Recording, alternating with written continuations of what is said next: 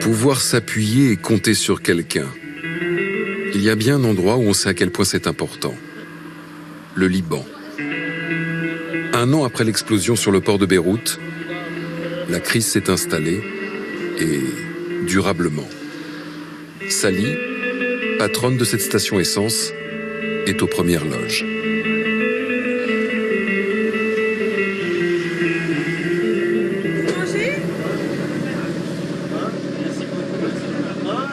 On est toujours à côté de nos employés parce que même les jours où on ferme, il y en a des gens partout.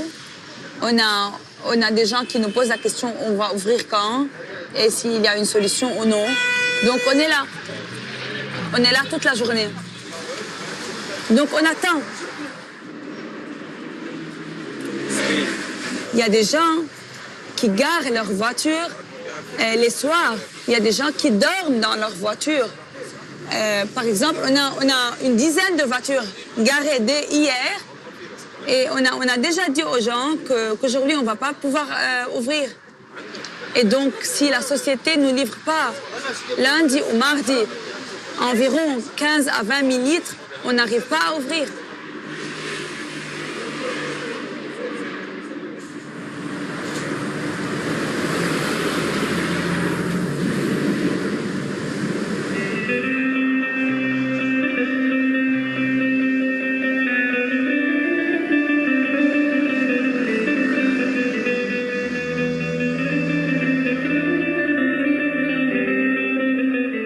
سلامة قلبك.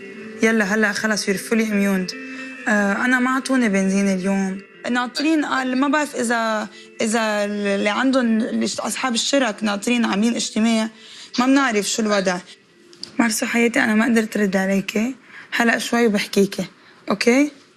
حبيبي لا انا ما عطوني بنزين اليوم دونك اون فيرمي اون اتان جوسكا دومان. اول ما اعرف شي دغري انا ببعث لك. صراحة, c'est la vérité.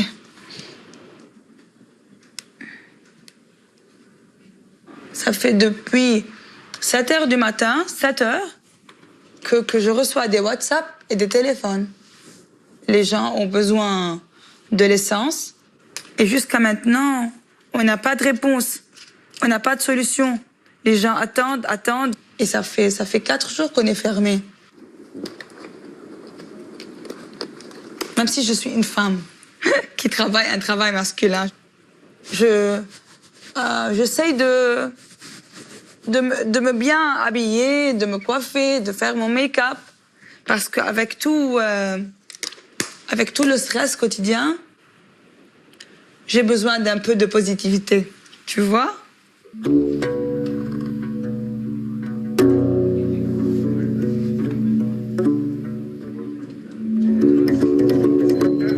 Des lendemains meilleurs.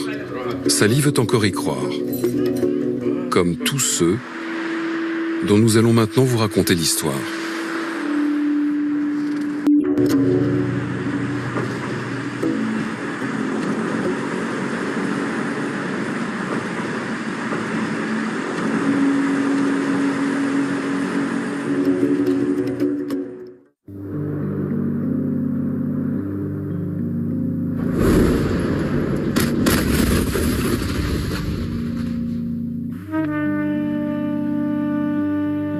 Le 4 août 2020, j'étais dans mon bureau. Et puis, à 18h07, il y a eu la grande explosion. Tout tombe dessus, tout vous tombe. Le faux plafond, les vitres, l'apocalypse.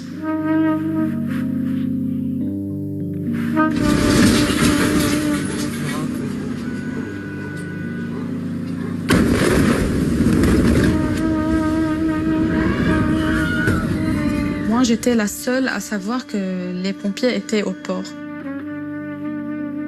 On n'arrive pas à oublier nos amis, on n'arrive pas à s'adapter à l'idée qu'ils ne soient plus là. J'étais au milieu du salon. Je pensais que l'immeuble était tombé, que c'était un tremblement de terre au départ. J'ai vécu presque 20 ans de guerre au Liban. Je n'ai jamais eu cette sensation. C'était pire que tout ce que j'ai jamais eu.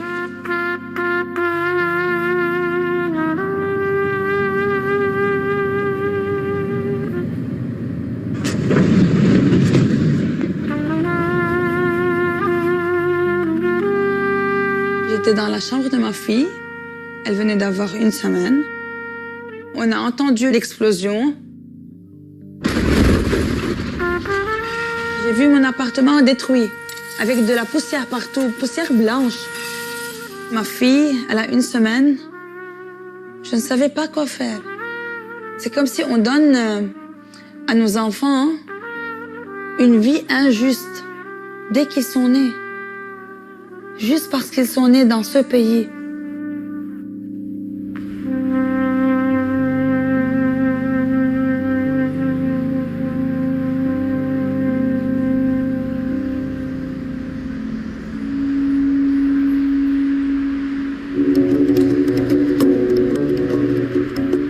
Plus d'1 an après l'explosion, le Liban s'approche chaque jour un peu plus du chaos. Désormais, il manque d'essence. À Beyrouth, la station-service de Sali est à sec.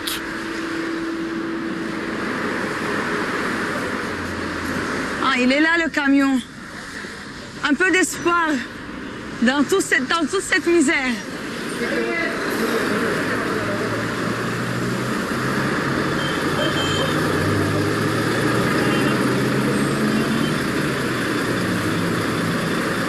Ça fait 5 jours qu'on attend. Et vous êtes contente? Ah, oui, un peu trop, oui. Ouais. Un peu trop. Ça vous fait plaisir? Oui. On va essayer d'ouvrir 2 jours parce qu'on a besoin de travailler. Donc, on va ouvrir pour 2 à 3 heures par jour afin de pouvoir finir avec la queue des gens.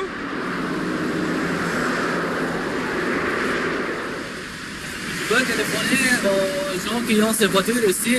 Pourquoi? On va ouvrir.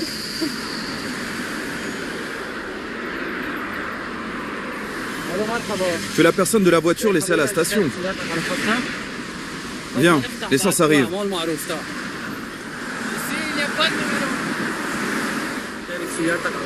Tu as laissé ta voiture, dans pas longtemps il y a de l'essence. Allez, salut.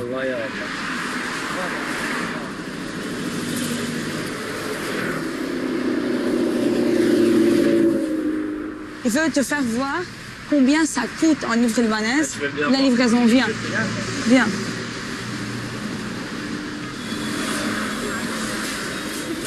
Ça. On la garde en gros, exprès. Imagine, tout ça pour une seule livraison. Il y a combien là? 300 millions. C'est beaucoup. C'est énorme. Avant la crise, c'était seulement 7 paquets pour la livraison. Un seul paquet. Un seul paquet. Ça, c'est la preuve même de la crise économique. L'inflation. Preuve en est, regarde. Avec l'effondrement de la livre libanaise, le prix de l'essence atteint des sommets. L'équivalent de 8 € le litre. Alors, on est prêt. C'est qui ça? C'est les sécurités de la nation. Ils sont là toujours pour nous aider en cas de danger. Parce que tu verras, c'est pas très safe.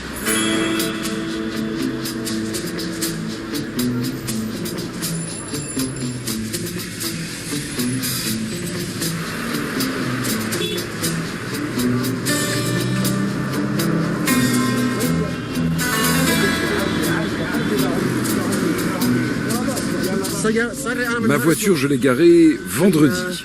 Donc, vendredi, samedi, dimanche, lundi. Le réservoir de ma voiture est totalement vide.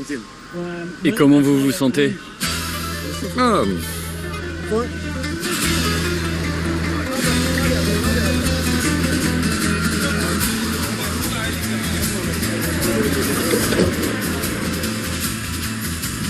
C'est triste. Imagine l'essence, ça leur rend comptant le minimum de leurs droits. Le minimum. Salut mon ami.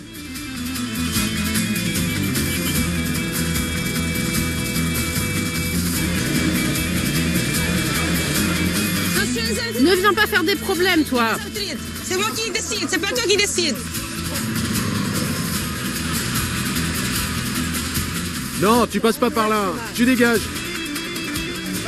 Mon enfant est très malade. Juste un petit peu, s'il te plaît. Ça fait 3 fois que je fais la queue sans avoir d'essence. La moindre des choses au bout de 3 fois, c'est d'en avoir. Je suis à sec là. Ça fait 2 heures que je suis là. Je suis chauffeur de taxi. Comment je vais faire? Calmez-vous, madame. Personne d'entre vous ne vivait ici en 75. C'était 1000 fois mieux. Au moins, on n'avait pas faim. Aujourd'hui, on n'a plus rien, plus d'essence, plus d'eau, plus d'électricité. Allez, allez. Ça aurait été mieux d'aller en enfer. On y est tous déjà.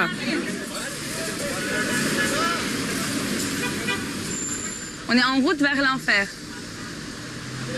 Je pense qu'on est arrivé à l'enfer. Parce que, bien sûr, vous avez vu, ça, c'est de la colère, c'est de l'injustice. Ça, c'est le minimum de droits de gens qui n'existent pas. Et je pense que ça, c'est l'enfer.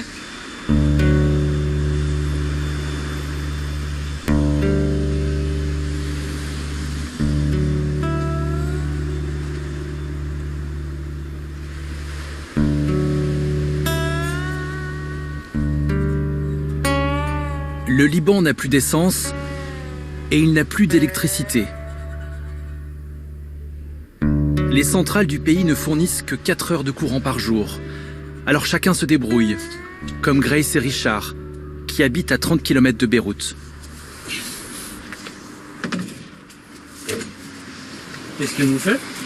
Maintenant, on va prendre la batterie du camion pour allumer la lampe. Parce que maintenant, il n'y a pas d'électricité.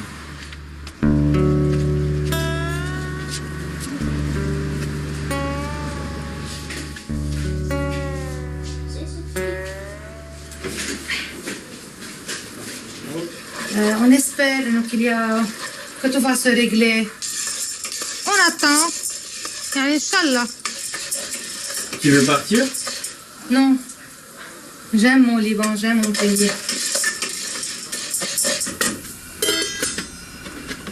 Le truc du popcorn, il faut toujours remuer là, il faut pour qu'il gonfle, s'éclater. S'éclater.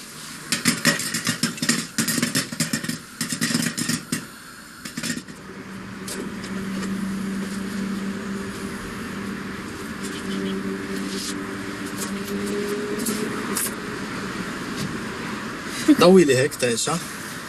J'utilise le téléphone. C'est mon père qui m'a appris ça. Il faisait ça pendant la guerre. Et c'était plus dur pendant la guerre? Non, c'est plus dur maintenant. Pendant la guerre, on n'avait pas d'essence, pas d'électricité. Mais c'était la guerre. Aujourd'hui, il n'y a plus de guerre. Mais on manque de tout. On va mettre ça comme ça. Et ça, c'est fini. Un peu de centre maintenant.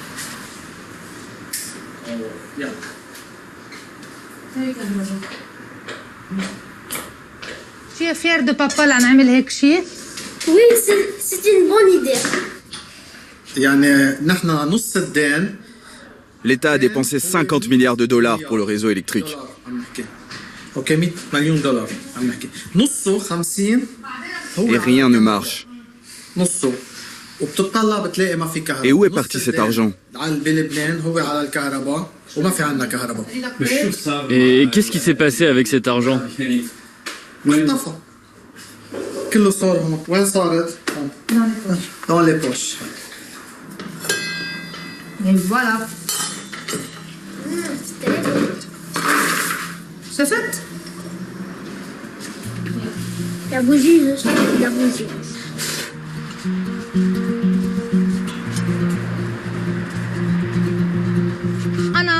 Moi, j'aime le sucré. Je mange du popcorn au caramel. Mais celui-là, c'est du salé. C'est ce qu'il préfère. 50 cents.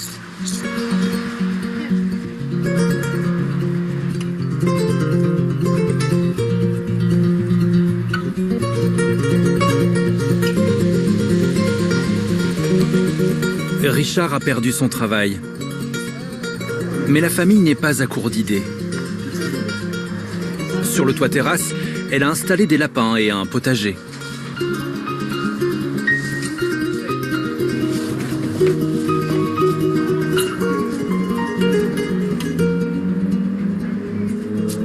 C'est quoi votre travail à l'origine?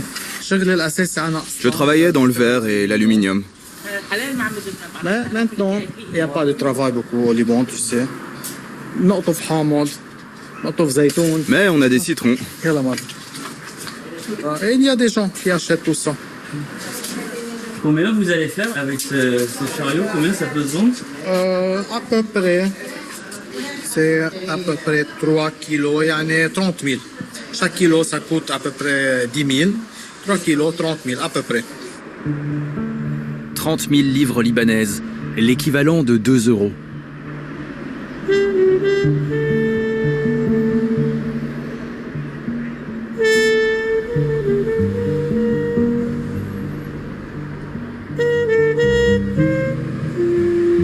€100 par mois.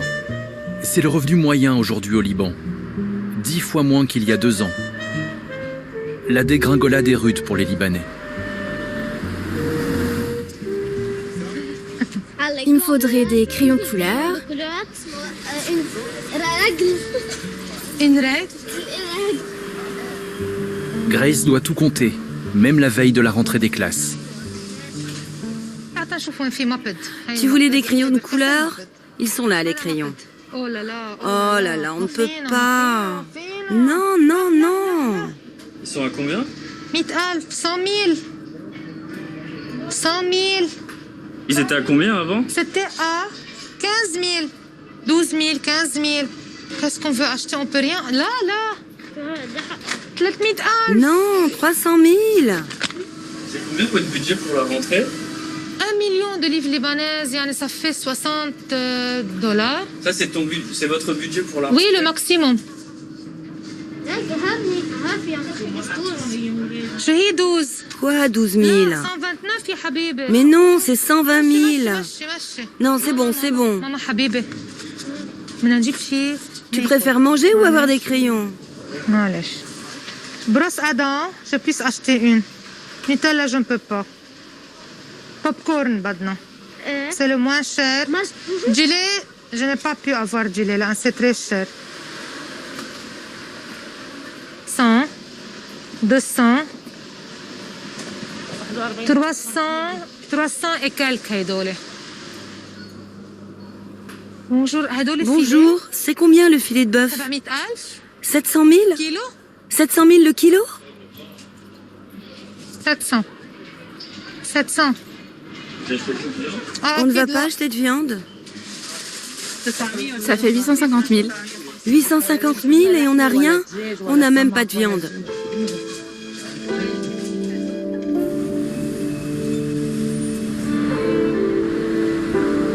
Dans ce quartier proche du lieu de l'explosion, la vie reprend doucement, même si la reconstruction est loin d'être terminée.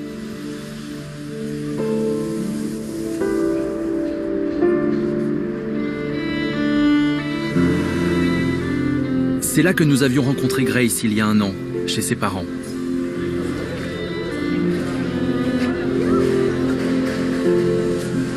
Là, c'est la maison. De papa et de maman.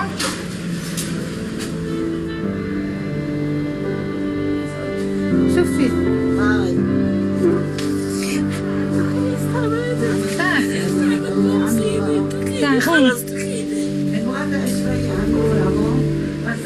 Elle n'est pas bien. Elle est très fatiguée. Dépression. Qu'est-ce que je peux faire?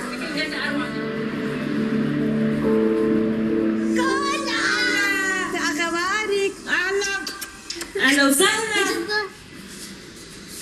باختيارة. باي باي.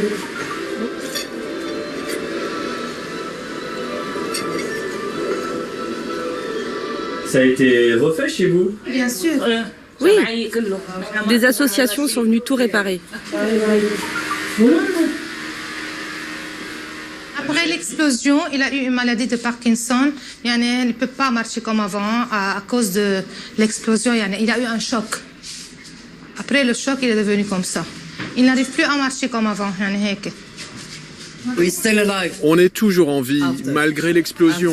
On est toujours en vie. 12 personnes sont mortes dans le quartier. 12 personnes. Il en parle souvent, oui, c'est quelque chose qui est resté dans la tête. Plus que la guerre, il en parle plus que la guerre. Eh oui. Et tout a changé, pas pour le mieux, pour le pire. Donc il ne peut pas oublier cet accident. Il prend des médicaments, mais on ne trouve pas de médicaments. Jusqu'à maintenant, il a les médicaments pour ce mois. Après, on ne sait pas.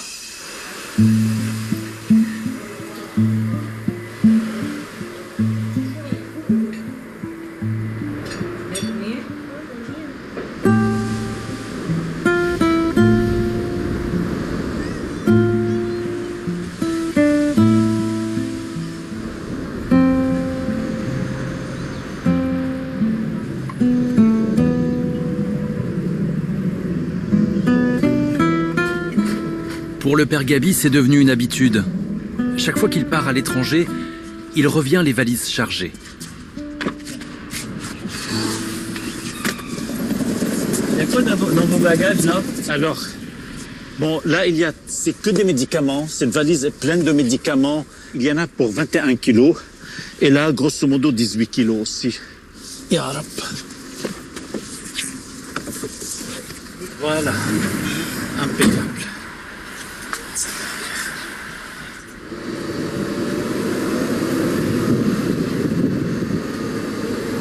Je me suis absenté un mois, j'ai un peu d'appréhension parce qu'on s'est habitué à une vie normale en France. Et puis revenir à une vie qui n'est pas normale ici, voilà, me laisse quelques appréhensions.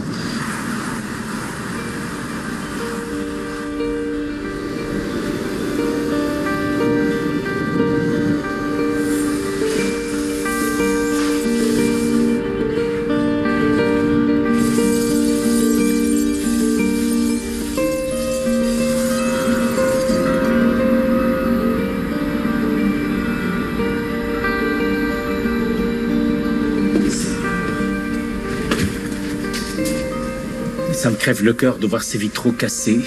C'est de vieux vitraux. Ils ont résisté à la guerre. Ils ont résisté à 17 ans de guerre. Et puis c'est parti pendant l'explosion. C'est étonnant. C'est vraiment étonnant.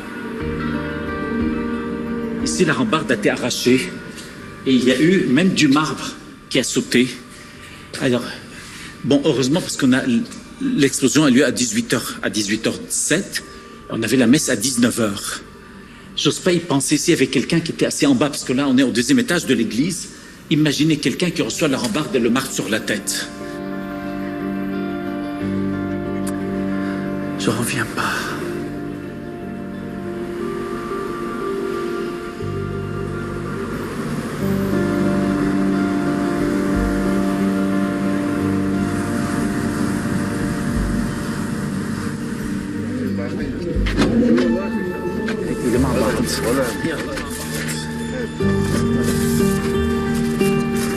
Voilà, on arrive au dispensaire ici. On a un dispensaire, un centre de nourriture.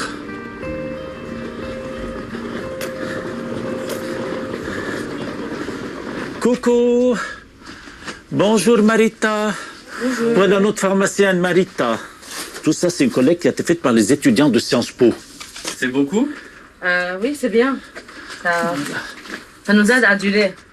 Dans une pharmacie, je faisais une queue, et puis il y en avait pour pas mal de médicaments. La pharmacienne et puis la pharmacienne, elle discutait avec moi du Liban, et il y avait une dame qui faisait la queue. Elle s'approche, elle me dit, vous êtes libanais? Je dis oui. Et elle m'a dit, monsieur, j'ai une faveur à vous demander, est-ce que je peux régler ces médicaments? Et je dis, mais il y en a une somme importante. Moi-même, j'ignorais, parce que la pharmacienne me dit, ne vous inquiétez pas, prenez les médicaments et partez, je les règle. Donc voilà, un acte de générosité spontanée dans une pharmacie marseillaise. Il y a ça qui sont venus de Dubaï. 5 minutes.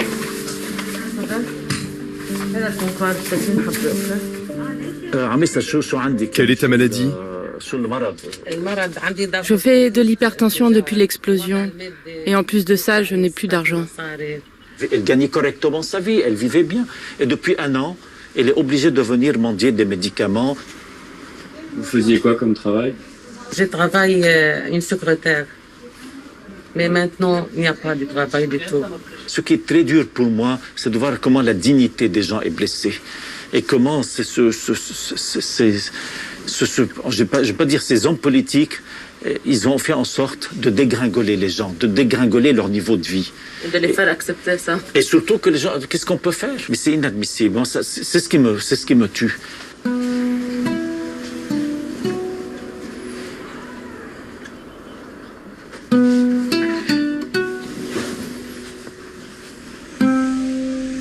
Avec la crise, c'est tout le système de santé du pays qui est touché. Le Liban était pourtant réputé pour la qualité de ses hôpitaux et de ses médecins. Dans le centre de Beyrouth, cet établissement se remet à peine de l'explosion.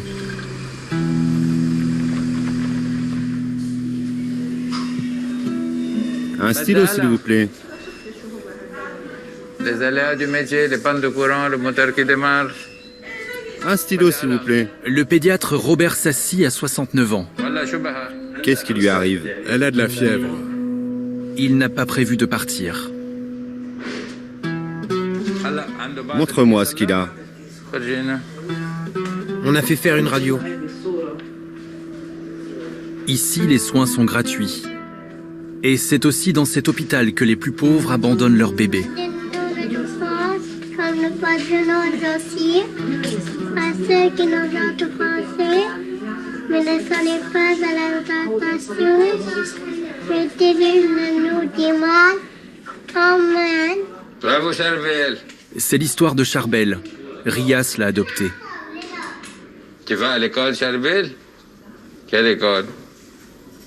Cette famille. Sainte Famille. C'est possible de lui donner quelque chose pour aider l'appétit? Oui, c'est possible. Charbel tombait tout le temps malade. C'est un patient régulier à nous, malheureusement. Et on a fait tout un bilan qui a montré qu'il avait un petit déficit immunitaire. Malheureusement, on n'a plus de Nopogène dans le pays, donc il est à court de Nopogène actuellement. On arrive encore à débrouiller ses immunoglobulines. Il en a pris la dernière il y a 2-3 jours. La dernière dose. Il n'y a plus de médicaments, on est obligé de mendier les médicaments. Les gens n'ont plus de quoi payer pour leurs services ici. Donc la vie est devenue un enfer qu'on on est obligé de compter sur nous-mêmes. Ce qui est lourd à digérer. Vous avez encore de l'espoir? On a toujours de l'espoir. C'est une période difficile pour tous les Libanais, mais ça va passer. Pourquoi vous restez au Liban? Pourquoi je reste au Liban? Je n'ai pas d'autre choix. Je n'ai pas d'argent, ni d'autres passeports. Dès que je sors de l'hôpital avec Charbel, je vais trouver un emploi pour nous donner à manger. Il n'y a plus que Charbel, moi et Dieu. Tu joues, mais ça, ce que tu fais, c'est interdit.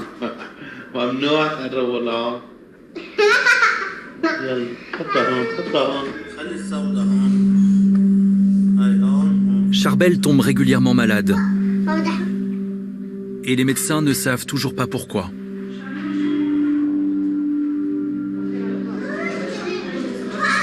Je veux mon papa. Je veux mon papa.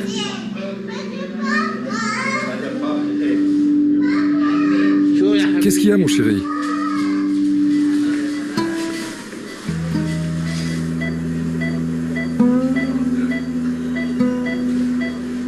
Donc là, on va faire une biopsie de moelle, un myélogramme pour cet enfant qui a une neutropénie, pour voir comment elle fonctionne sa moelle.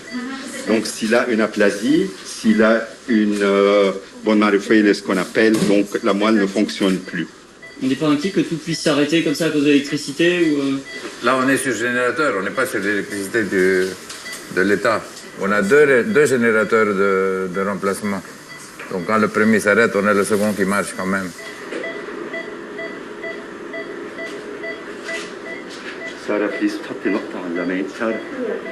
Il y a encore quelques médecins au Liban alors? Ben, comme tu vois, oui. On a des résidents, on a des spécialistes qui sont encore là. Il y a 25% des médecins qui ont quitté le pays quand même, à peu près. c'est plutôt les jeunes qui quittent. Donc Peter et moi, on est quand même des moins jeunes. Et moi, je reste. Vu que je suis responsable de plus que 150, 170 enfants cancéreux, j'ai décidé de rester, mais envoyer ma famille au fur et à mesure. C'est malheureux. Toi, Robert, ta fille, elle est où? Ah, elle est à Paris, ma fille. Oui, tu vois. Donc tous nos enfants ne sont pas là. Oui. Donc on est payé 10 fois moins. Vraiment, c'est un sacrifice pour un médecin de rester ici, mais quand même, on a notre histoire, on a notre parcours.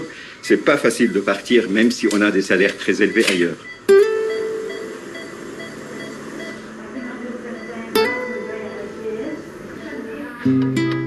Les résultats de la biopsie sont tombés. Charbel n'a pas de leucémie.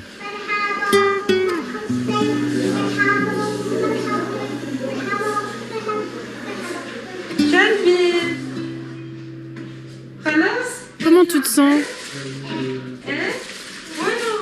Il est où ton Spider-Man? Tu veux manger quoi? Un burger. Un burger?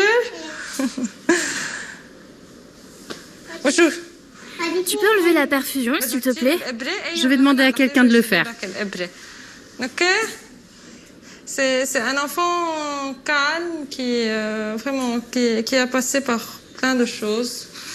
Donc en espérant que le futur soit un peu mieux pour lui, sans maladie surtout.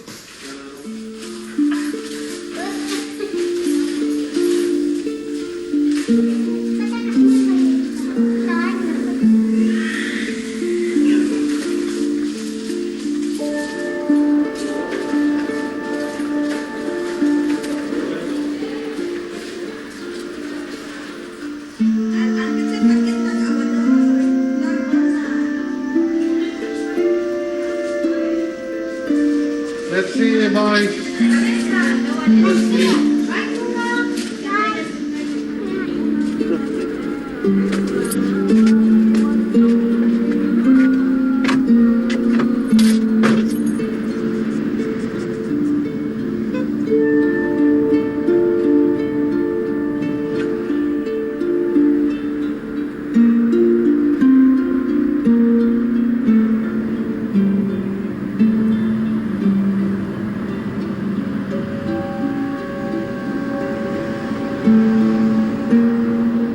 Charbel, c'est un petit enfant adoptif dont la mère est décédée du corona et son père qui n'a pas de travail et qui doit essayer de gagner sa vie autant que possible quand il peut. Il a presque tous les malheurs du monde, donc on ne peut pas ne pas s'attacher à lui. Bon, on y va? Comment as-tu pu partir sans m'attendre? Ah.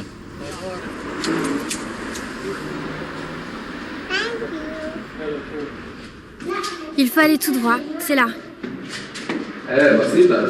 Ce n'est pas loin alors. Tu montes l'escalier sans moi? Alors Charbel, qu'est-ce que tu vas nous raconter? Tu veux ouvrir ton jeu? Asseyez-vous, docteur. Je peux jouer au Lego, papa? Get up.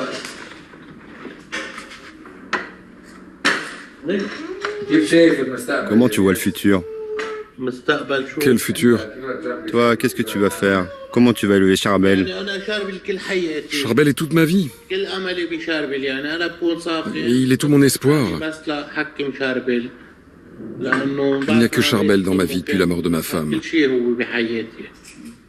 Mais ça, c'est des gens qui, avant la crise, vivaient très bien, normalement. Ils n'avaient pas de problème. Il faut dire que la spirale de dégringolade au Liban des couches sociales ne s'arrête pas. Le cycle de la vie économique n'a pas recommencé. Ils ont réussi à détruire toute la structure du pays. Le système de santé, le système d'éducation, l'essence, les banques, le système financier, le commerce, même les transferts d'argent de l'étranger vers des Libanais expatriés. C'est arrêté parce que les gens n'ont plus confiance dans les banques, donc ils ne transfèrent plus d'argent.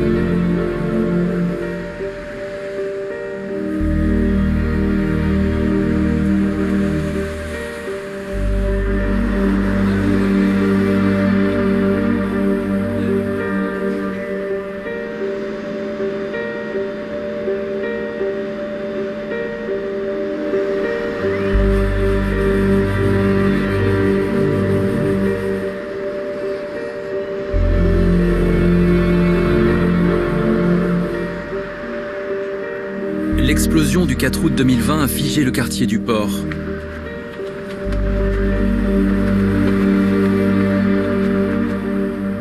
6500 blessés et 214 morts, dont 10 pompiers de cette caserne, partis les premiers éteindre l'incendie de l'entrepôt à l'origine de la catastrophe.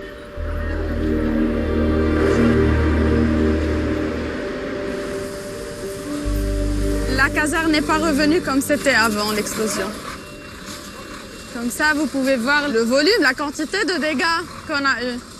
Parce que le port, c'est là, à 500 mètres de la caserne.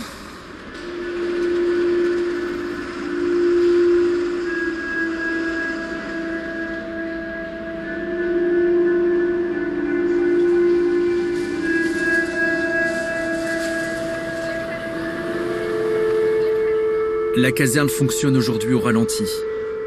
Le quartier n'a plus beaucoup d'activité. On a eu un blessé, un brûlé, et j'étais appelée pour faire le pansement. Et on y va. Jessica est infirmière et assure les soins des derniers riverains. Vous habitez ici? J'habite ici, je suis mariée. Je pars en France. Khalas, définitif? Inch'Allah.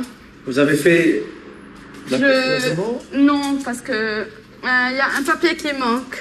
Mais une fois le papier est là, je fais la demande du visa et tout le monde quitte, je vous dis. Moi, j'ai mis mes enfants à Chypre, école. Parce qu'ici au Liban, on ne sait pas si on va avoir l'école ou pas, on a beaucoup de problèmes. Là, Balamasque, vous revenez dans 2 jours. Tu n'es pas là. Là, mardi, vous serez... Non, ce n'est pas aussi rapide que ça. Bye, bonne journée. On sourit même si on a mal dedans. C'est très compliqué, le Liban. Vous allez me faire pleurer maintenant.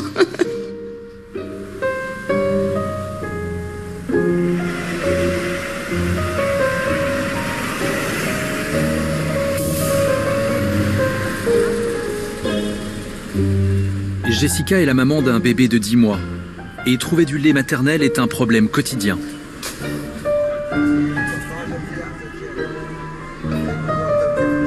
Bonjour. Vous avez du lait pour bébé?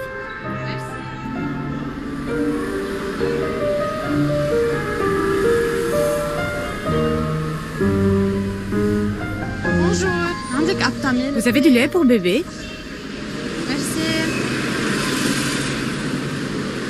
Il n'y a pas ni la marque que je cherche, ni d'autres marques pour cet âge. Et on ne sait pas quand on va distribuer.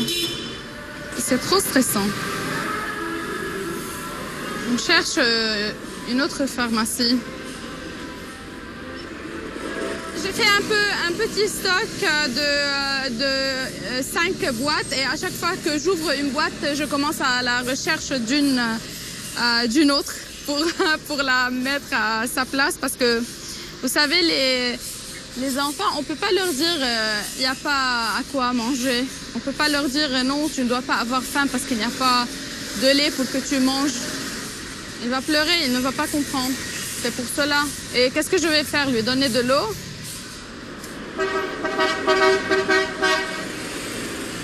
Bonjour. Est-ce que vous avez l'Aptamil 2? Non, il est en rupture de stock. Et toutes les marques, c'est comme ça, tout le lait. Et est-ce que vous pensez jusqu'à quand que ça va rester comme ça? Est-ce que vous avez une idée? Ok. Et Jessica reprendra ses recherches plus tard. Son bébé l'attend.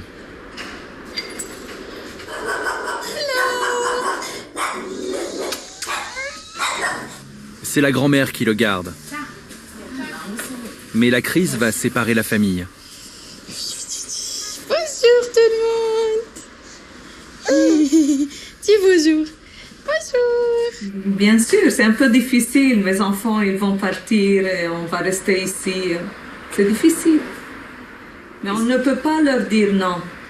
Si on leur dit non, restez avec nous, on n'est pas des bons parents. Ils doivent partir de ce pays. C'est mieux pour eux. Nous, on a déjà vécu, khalas. Maintenant, c'est leur vie, c'est leur tour. On peut pleurer, on peut... mais pas devant eux. Ce n'est pas bien pour eux.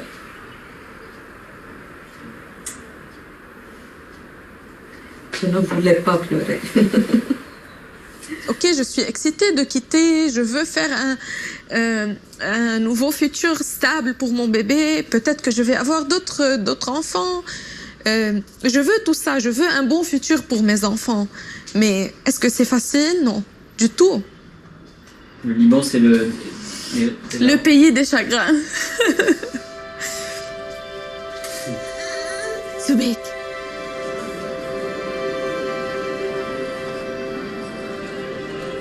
« 100 000 Libanais ont quitté leur pays l'an dernier. Il y en aura probablement plus en 2021.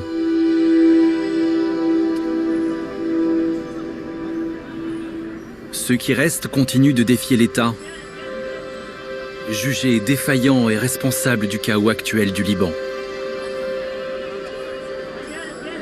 Là, vous faites quoi, là? Là, je mets mon coup à main parce qu'on va manifester là.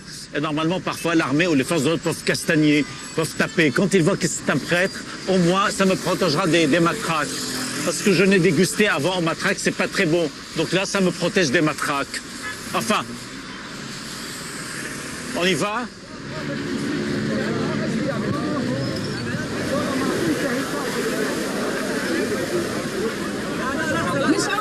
On est là, à côté du tribunal de justice, avec les photos de nos frères, afin de réclamer justice. On est là pour la vérité.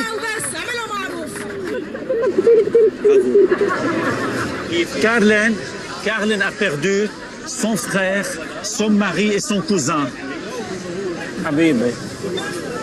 Elle a perdu son frère et elle milite comme une lionne pour son frère. C'est une autre dame courage. On est là pour eux, on est là à leur service. Toutes les communautés ont été touchées. Parmi les victimes, par exemple, parmi les pompiers, il y a autant de chrétiens que de musulmans. C'est la place d'un prêtre d'être ici. Bien sûr. Bien sûr, un prêtre devrait être là. C'est sa place ici pour la justice. On n'est pas contre quelqu'un, on est pour la justice. Moi, je ne manifeste pas contre un tel ou un tel. Moi, je manifeste pour la justice. Et c'est pas trop dangereux d'être ici? Qu'est-ce qui va nous arriver? Ils vont nous tuer, on va mourir. On va nous tabasser, on a l'habitude de recevoir des coups. Qu'est-ce qu'on va faire? C'est pour eux qu'on se bat. Eux, ces 3 personnes n'ont pas eu peur de descendre au port. Ils ont payé de leur vie.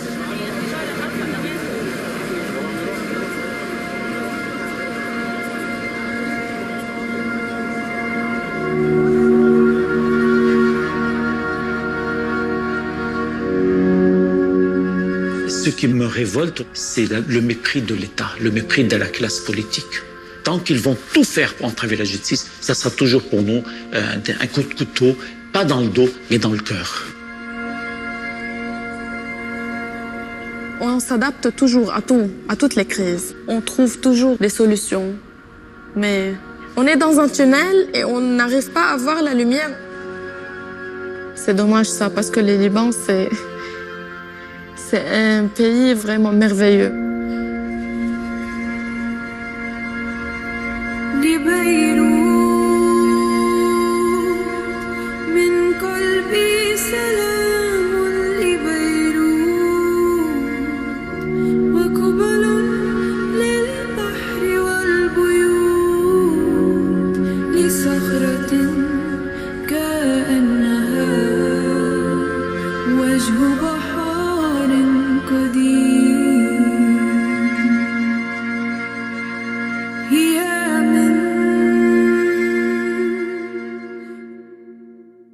Ainsi va la vie dans notre feuilleton des Français. Merci.